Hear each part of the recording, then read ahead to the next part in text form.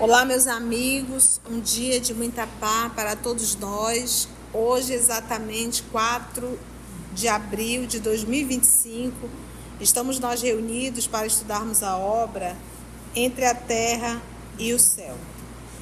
Nós estamos em um novo capítulo, capítulo 21, intitulado Conversação Edificante. Estamos comentando, ticando calmamente a fala do senhor Clarencio, né? Vamos envolver a nossa irmã Carla para fazer nossa prece de gratidão. E logo depois a nossa irmã Aramita irá fazer uma recapitulação do nosso último estudo. Amado Jesus, com alegria te agradecemos essa oportunidade que tu nos dás, de através dessa obra, dessas vidas que passam para a gente como um filme, podermos rever nossas atitudes, podemos conhecer essas lições que estamos tendo, ainda da origem do nosso corpo, do nosso perispírito. São lições valiosas que nos relembram que somos espíritos eternos, que caminhamos nesta terra para a nossa melhoria moral e que precisamos caminhar mais diligentes, mais atentos, sabendo que Tu és nosso mestre e nosso guia. Ajuda-nos na compreensão e principalmente na vivência dessas lições para que possamos caminhar firmes desta vez. Abre nosso entendimento, fica conosco hoje e sempre e que assim seja. Então, como nós vimos, estão em conversação Hilário, André Luiz e Clarencio, e eles estão falando, né, que todos os delizes ficam condensados no perispírito. E o Hilário pergunta, ele faz uma pergunta, então é o seguinte: se um indígena, né, um homem puramente selvagem, se ele se situar em plena ignorância dos desígnios superiores e ele se confia a delitos indiscriminados, ele terá essa mesma marca as lesões nos tecidos sutis da alma, igual a um europeu super civilizado? Aí o Clarencio diz, vamos devagar, que não é bem assim, né? Que é o problema da evolução. E o que o corpo perispiritual, né, que foi iniciado nos princípios da natureza, então ele vai evoluindo, não dá. E aí ele está explicando, né, fazendo a comparação do homem já super civilizado com um homem selvagem.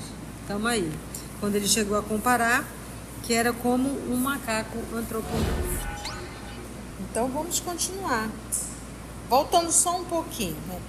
Em criaturas dessa espécie, né, ele diz assim: está para o organismo aprimorado do espírito algo enobrecidos, como um macaco antropomorfo está para o homem bem posto das cidades modernas. Em criaturas dessa espécie, a vida moral está começando a aparecer e o perispírito nelas ainda se encontra enormemente, ele usa o termo pastoso. Pastoso, ele poderia também dizer denso. Então lembra aquilo que nós estávamos falando ainda há pouco na obra O Céu e o Inferno. A minha condição espiritual, a mente desse espírito, a minha forma de comportar, a minha forma de conduzir a vida, isso está interferindo no meu corpo perispiritual. Eu estou impregnando o meu corpo perispiritual das minhas atitudes. Da mesma forma, se eu começo a me moralizar, esse corpo perispiritual, que era denso, muito próximo da vida fisiológica material, ele começa a ficar menos denso. Então, se há uma evolução espiritual, há uma mudança no corpo perispiritual. Se há uma mudança no corpo perispiritual, há uma mudança na vida espiritual. Então, se eu tenho um corpo perispiritual extremamente denso, devido à minha conduta da vida física, eu vou estar no mundo espiritual tendo quase a certeza que continuo habitando um corpo físico. Por quê? Porque o corpo perispiritual é extremamente denso. Então, ao invés de eu sair do corpo e sentir uma leveza, eu vou continuar tão denso quanto. Não vou sentir a diferença. Então, se o meu corpo perispiritual já é menos denso, ao deixar o corpo, esse escafandro, né, ao deixar o corpo físico, a primeira sensação é de rejuvenescer, de saúde, de vida. Mas por quê? Porque o corpo perispiritual é menos denso, entende? Por esse motivo, aqui Clarencio já leu, eu estou só voltando a comentar, certo, Augusto? Por esse motivo, permanecerão muito tempo na escola da experiência. Onde é que é a escola da experiência? A Terra, a encarnação. Como bloco de pedra rude sob marteladas, antes de oferecer de si mesmo a obra-prima. Então, se você pega uma obra-prima na pedra, ela foi o quê? Lapidada, né? Martelo ali batendo. Tivemos um grande escultor aqui no nosso país. Quem foi? Lá nas Minas Gerais? Aleijadinho. Então, ele ia ali trabalhando aquela pedra bruta, embrutecida e dando forma à martelada. Então, sob marteladas, antes de oferecer de si mesmo a obra-prima. E essas marteladas são as lutas do dia a dia. Despenderão séculos e séculos para se rarefazerem. O que significa rarefazerem? Vamos ver o significado dessa palavra? A Mita vai trazer para a gente. E ele diz: despenderão séculos e séculos para se rarefazerem, usando múltiplas formas. E essas múltiplas formas são essas mudanças de corpo.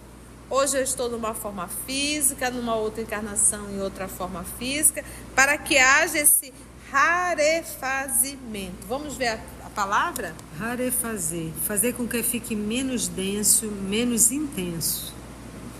E o que nós estamos fazendo com que fique menos denso? O corpo perispiritual. E à medida que nós vamos evoluindo, ele vai ficando menos denso, até perder essa forma física.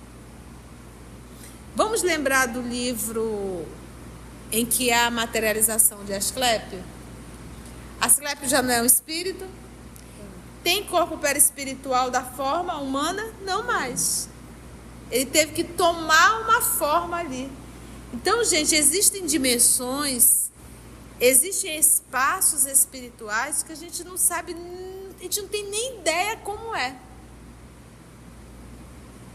Então, as colônias que o André nos traz são colônias dentro da crosta terrestre. É por isso que a gente diz: nossa, mas como parece a Terra? Claro, ainda são corpos perispirituais extremamente densos. Já não é o caso onde Asclépio fica. Rarefazerem, usando múltiplas formas, porque vão reencarnar, de modo a conquistar as qualidades superiores que, sutilizando-lhes de sutil, sutilizando-lhes a organização perispirítica, irão conferir ao corpo perispiritual novas possibilidades de crescimento consciencial. Olha que interessante. O instinto é algo que eu penso e realizo? Não. O instinto eu não penso para realizar. O instinto é um ato quase que mecânico. O instinto e a inteligência, pouco a pouco, se transformam em conhecimento e responsabilidade. Então, muitas vezes eu tenho uma atitude instintiva e não tenho conhecimento dessa atitude. E quando ele coloca aqui conhecimento e responsabilidade, eu conheço o instinto que está em mim e passo a ter responsabilidade sobre ele, ou seja, agir com responsabilidade, não mais por um impulso. O ser humano, como é dotado de razão, ele tem capacidade de intervir. Então, muitas vezes, quando alguém te agride, instintivamente você quer devolver. Mas aí você já para. Responsabilidade, eu não devo fazer isso. O instinto e a inteligência, pouco a pouco, se transformam em conhecimentos e responsabilidade. E semelhante renovação outorga ao ser mais avançado equipamentos de manifestação. Vamos voltar aqui. O instinto e a inteligência, pouco a pouco, se transformam em quê? Conhecimento e responsabilidade. E semelhante renovação, qual é a renovação? Conhecimento e responsabilidade. Vai nos trazer o quê? Mais avançados equipamentos de manifestação. E esses equipamentos de manifestação são que equipamento é esse? Perispírito, menos denso. Menos denso, cada vez mais vai ficando menos denso. O prodigioso corpo do homem na crosta terrestre foi erigido, foi construído, levantado pacientemente no curso dos séculos. E o delicado veículo do espírito, que é o perispírito, nos planos mais elevados, vem sendo construído. Olha como é que ele coloca: célula a célula, na esteira dos milênios incessantes. Olha, gente, que informação! No curso dos séculos, porque o que acontece? Nós vamos estudar isso, acredito, lá em Evolução em Dois Mundos e Mecanismo da Mediunidade. Mas o que a gente entende é que nós estamos falando dos homens primatas, nós estamos falando de milhões de anos atrás. E o processo de mudança física era também feito uma realização no corpo perispiritual, para que aquilo calmamente pudesse influenciar na mudança do corpo físico. É um trabalho muito, muito longo, de muito cuidado, de muita atenção, de muita paciência, na esteira dos milênios incessantes. E, com um olhar significativo, Clarencio concluiu: até que nos transfiramos de residência, aptos a deixar em definitivo o caminho das formas, colocando-nos na direção das esferas do Espírito Puro, onde nos aguardam os inconcebíveis, os inimagináveis recursos da suprema sublimação. Então, quando a gente falou aqui do Asclepio que se materializou, esse capítulo aqui nos fala, ele diz assim, olha, até que nos transfiramos de residência, aptos a deixar em definitivo o caminho das formas. Então, o Asclepio tinha forma, essas formas não tinha mais. Mas aí ele diz, olha, e outra, não precisando muitas vezes mais reencarnar, não aqui na Terra, colocando-nos na direção agora das esferas do Espírito Puro, classe única, lembra? Primeira ordem, classe única, Espírito Puro, onde nos aguardam, e aí diz, os inconcebíveis, ou seja, não conseguimos conceber com a cabecinha que temos.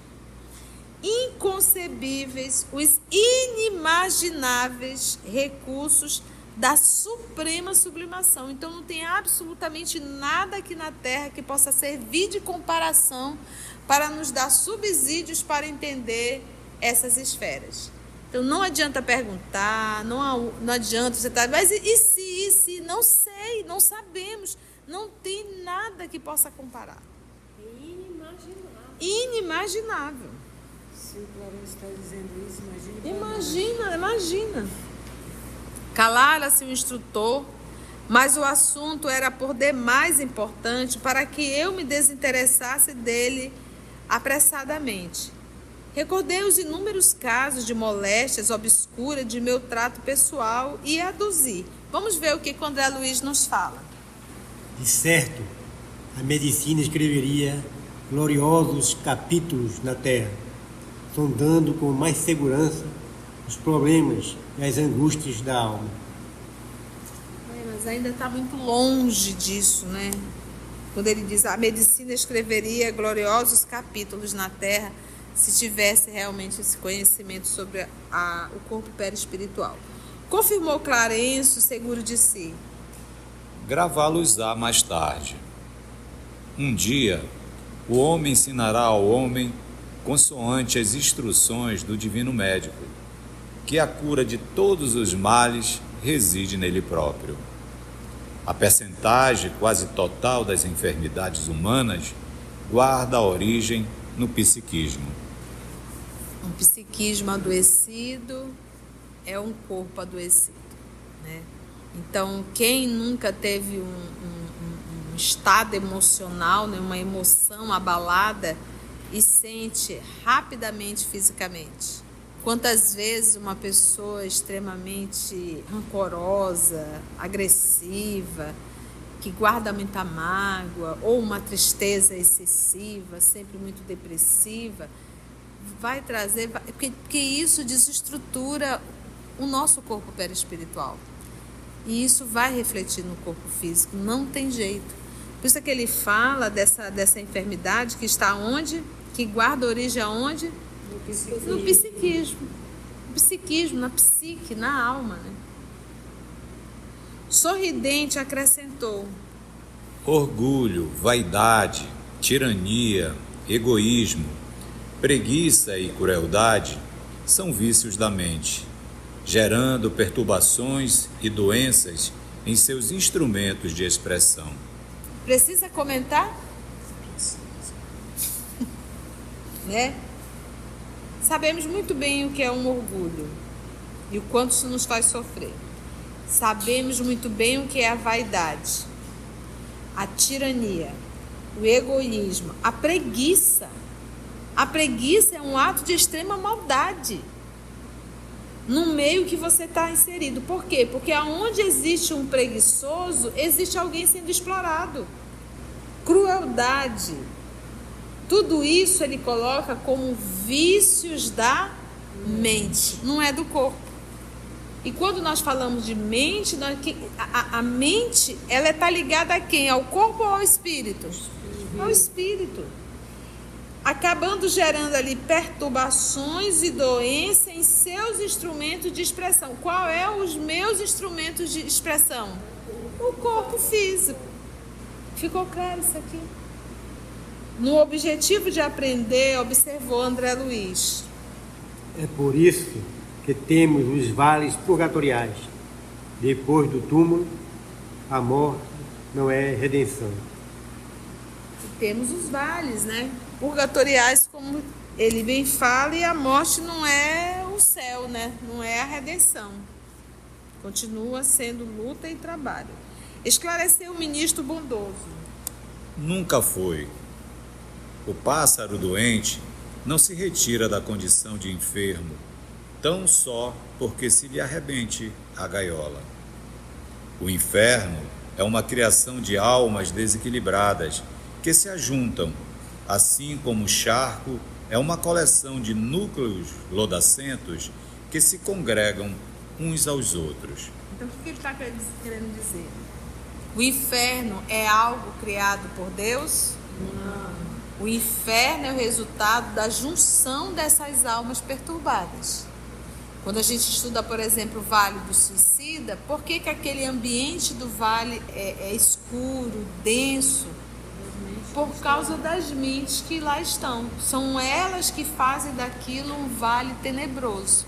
Quando de consciência inclinada para o bem ou para o mal, perpetramos esse ou aquele delito no mundo, realmente podemos ferir ou prejudicar a alguém.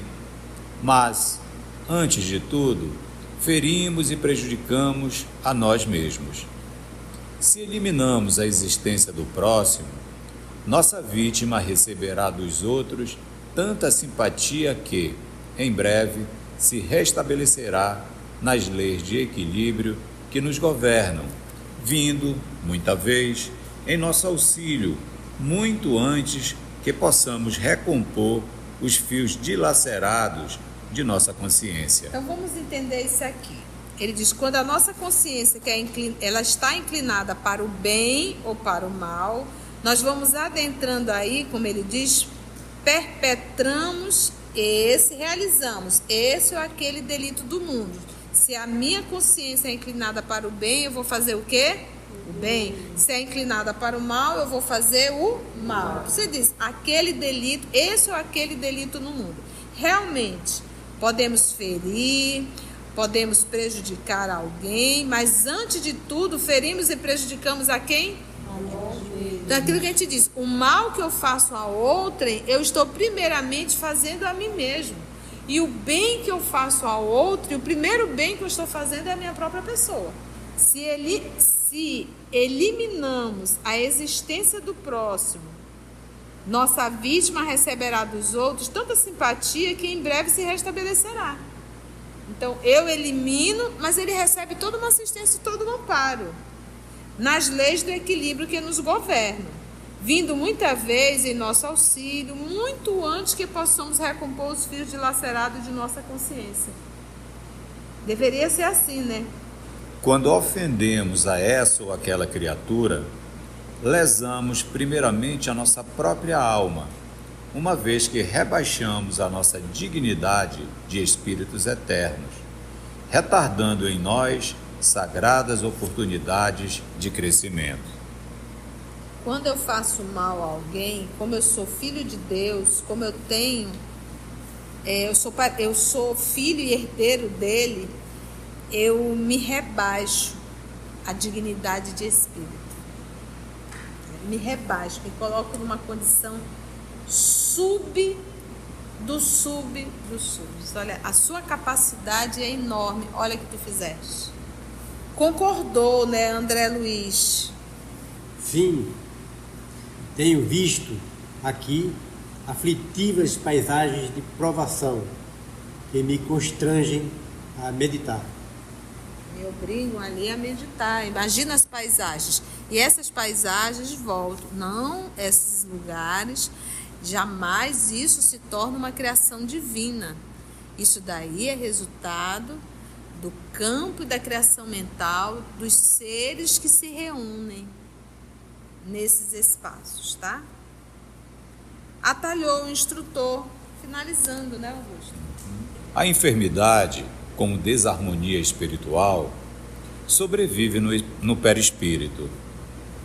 As moléstias conhecidas no mundo e outras que ainda escapam ao diagnóstico humano persistirão, por muito tempo, nas esferas torturadas da alma, conduzindo-nos ao reajuste. A dor é o grande e abençoado remédio. Reeduca-nos à atividade mental, reestruturando as peças de nossa instrumentação e polindo os fulcros anímicos de que se vale nossa inteligência para desenvolver-se na jornada para a vida eterna. Depois do poder de Deus, é a única força capaz de alterar o rumo de nossos pensamentos, compelindo-nos a indispensáveis modificações, com vistas ao plano divino a nosso respeito, e de cuja execução não poderemos fugir sem graves prejuízos para nós mesmos. Olha aí a grande dor nos educando. Vamos lá, só puticar um pouquinho mais para finalizar. Ele diz que a enfermidade, ela é uma desarmonia, o quê? Espiritual. E essa desarmonia vai sobreviver aonde? No perispírito. Aí diz as doenças, né, as moléstias ali conhecidas no mundo, que a gente conhece, e outras que ainda não temos diagnóstico, né? Isso, lembrando aqui a época do livro, né? Então, hoje nós temos diagnóstico para uma série de doenças que há 30, 40, 50 anos atrás não tinha. Né? Não tinha. Vamos pegar as doenças mentais. Tudo há 30, 20, 25 anos atrás era o quê? Tudo era rotulado de loucura. Hoje em dia a gente vai separando e vai até fazendo com que esses espíritos que reencarnam nessas condições possam ser inseridos em sociedade dentro das limitações dele. Mas antes era tudo trancado dentro de casa e rotulado de loucos. E outras tantas doenças que hoje a gente começa a dar diagnóstico, porque elas existiam, mas não tinham diagnóstico. Então ele diz, ainda escapa ao diagnóstico humano e vai o que? Essas doenças irão persistir. por muito tempo nas esferas torturadas da alma. A alma é o espírito encarnado, conduzindo-nos ao quê? Ao reajuste. As enfermidades, elas estão para nos reajustar. E essas enfermidades, lembra só, se eu faço bem, isso vai influenciar no meu corpo perispiritual. Se eu faço mal, isso vai influenciar, isso vai deformar meu corpo perispiritual. Qual é a única forma desse corpo perispiritual se reestruturar? Reencarnando. Só que quando ele reencarna, essa desestrutura que está no corpo perispiritual irá refletir no novo corpo em formação. E aí as enfermidades, não só físicas como mentais. Quando a gente fala de enfermidades mentais, eu estou falando de um psiquismo que adoeceu. Então, muitas vezes, a gente começa com os nossos comportamentos inadequados, mentais. De repente, vamos pegar, você começa a ser uma pessoa extremamente exigente. Ou então você começa a ser uma pessoa que acha que viver isolado é a melhor coisa do mundo, não quer ter contato com ninguém. Você vai adoecendo a tua mente. E daqui a pouco você se torna uma criatura ou reencarna numa condição que você tem aversão a pessoas. Que se a coisa não acontecer do seu jeito, você se joga no chão, você chora. Porque adoeceu, foi uma mente que foi adoecendo. Então a gente tem que ter muito cuidado com a nossa mente. Muito. Com os nossos comportamentos para que a gente não venha adoecer. Aí ele diz, a dor é o grande e abençoado remédio. Qual é a função do remédio? Curar o quê? Uma doença. Isso é necessário o remédio se há uma doença. Por isso quem diz a dor é uma bênção. O que a dor faz? Reeduca-nos à atividade mental. Olha a função da dor. Reeducar. Reestruturando as peças de nossa instrumentação. Ela vai reestruturando. E polindo. Qual é a função de polir? É escurecer? Dá brilho. Os fulcros. O que é fulcros? Os fulcros anímicos. Vamos ver a palavra fulcros. Sustentáculo que oferece apoio, sustentação, que sustenta. Olha só. E polindo os fulcros anímicos de ânima, alma, de que se vale a nossa inteligência para desenvolver-se na jornada para a vida eterna. O que é a vida eterna? É aquela vida em que eu não mais preciso reencarnar. É aquela vida que eu não tenho mais o corpo perispiritual denso. É aquela vida que já está bem longe das formas físicas. Depois do poder de Deus, olha só, depois do poder de Deus, é a única, ou seja, a dor é a única força capaz de alterar o rumo de nossos pensamentos. Depois de Deus, a dor é a única força capaz de alterar o rumo de nossos pensamentos. A única. Compelindo-nos, ou seja, e compelir é empurrar mesmo, a indispensáveis modificações. Indispensáveis. Ou você modifica ou você. Com vistas ao plano divino, a nosso respeito, e de cuja execução não podemos fugir sem graves prejuízos para nós mesmos.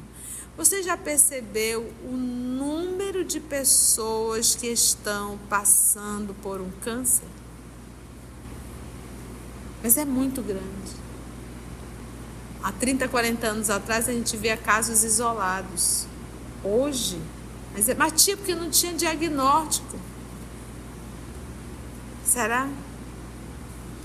Para finalizar o nosso estudo de hoje, diz o nosso André, nosso domicílio, porém, estava agora à vista. E lembra que essa conversa toda é porque eles estão indo para onde? Para cá, para o plano espiritual deles lá. Os raios dourados da manhã varriam o horizonte longínquo. Despediu-se o ministro paternal. Aquele era um dos momentos em que, desde muito, se devotava ele à oração. E assim nós conseguimos finalizar mais um capítulo, o capítulo 21. E, se Deus nos permitir, no nosso próximo encontro, nós iremos adentrar na 22, que é a irmã Clara. E aí eu pergunto aos meus irmãos se gostariam de acrescentar algo. Mita, Carla, Augusto, Lígia, Adroaldo, os demais irmãs. Tudo ok? Se você chegou até aqui o final, deixa seu comentário. É muito importante a gente poder ler o teu comentário. Não esqueça de curtir para que possa divulgar a página. Dá o seu like, né? E, se possível, faça a sua inscrição no nosso canal e toca o sininho. Porque quando você toca o sininho, o YouTube avisa para você quando o EOS publicar um novo estudo. Então, receba um grande abraço da família EOS Manaus.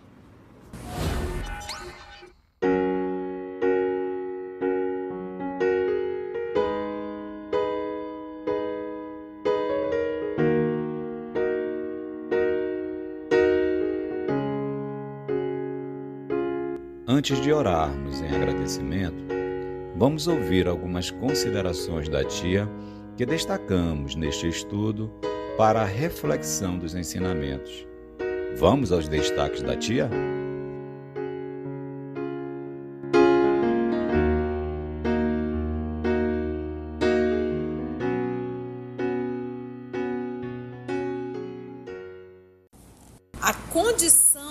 A minha condição espiritual, a mente desse espírito, a minha forma de comportar, a minha forma de conduzir a vida, isso está interferindo no meu corpo perispiritual. Eu estou impregnando o meu corpo perispiritual das minhas atitudes.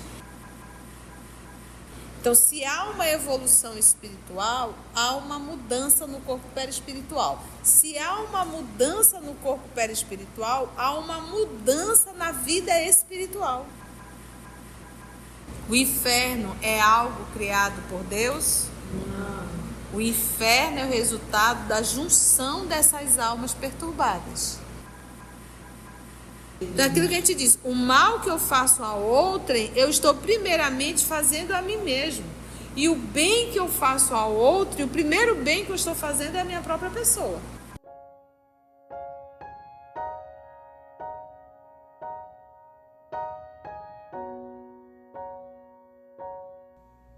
Assim, concluindo o nosso estudo de hoje e agradecendo o nosso Mestre Jesus por mais este momento de aprendizado, vamos orar?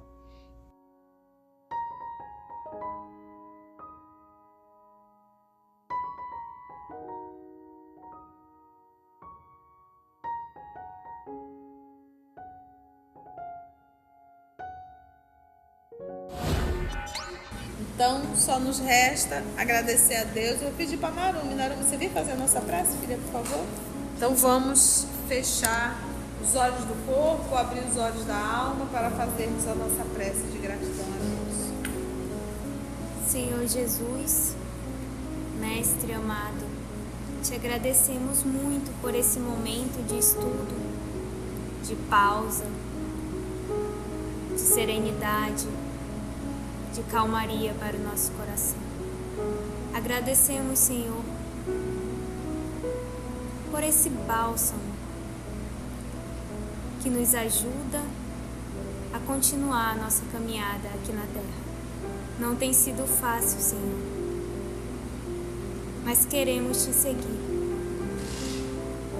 Nos afastamos muito do caminho do bem e agora temos uma longa caminhada para retornar para os braços de nosso Pai. Como filhos pródigos, estamos aqui tentando estudar e tentando nos esforçar para aplicar esse conhecimento na nossa vida, nos nossos familiares, no nosso trabalho, com as pessoas que convivemos. É difícil, Senhor, a convivência. Bem sabeis. Ainda somos espíritos em processo de evolução da terceira ordem, doentes da alma, doentes do coração. E precisamos muito da tua misericórdia, do teu amor, da tua ajuda. Segura a nossa mão, Mestre. Nos ensina a persistir no bem e abandonar os vícios que há tanto tempo nos rendemos, nos escravizamos. Mestre querido, sentimos tanta falta dos bons sentimentos, da paz. Vivemos os nossos dias na correria, no estresse, nas lutas diárias. Mas queremos estar contigo, em comunicação com o nosso anjo da guarda, que tanto se esforça para nos aconselhar e principalmente para fazer que ouçamos os seus bons conselhos. Muito obrigada, Senhor, por nunca desistir de nós e usar desses estudos como uma forma de aviso, de educação moral. Te agradecemos imensamente, Senhor. Não solta a nossa mão, nos ajuda a percorrer essa estrada. Que assim seja.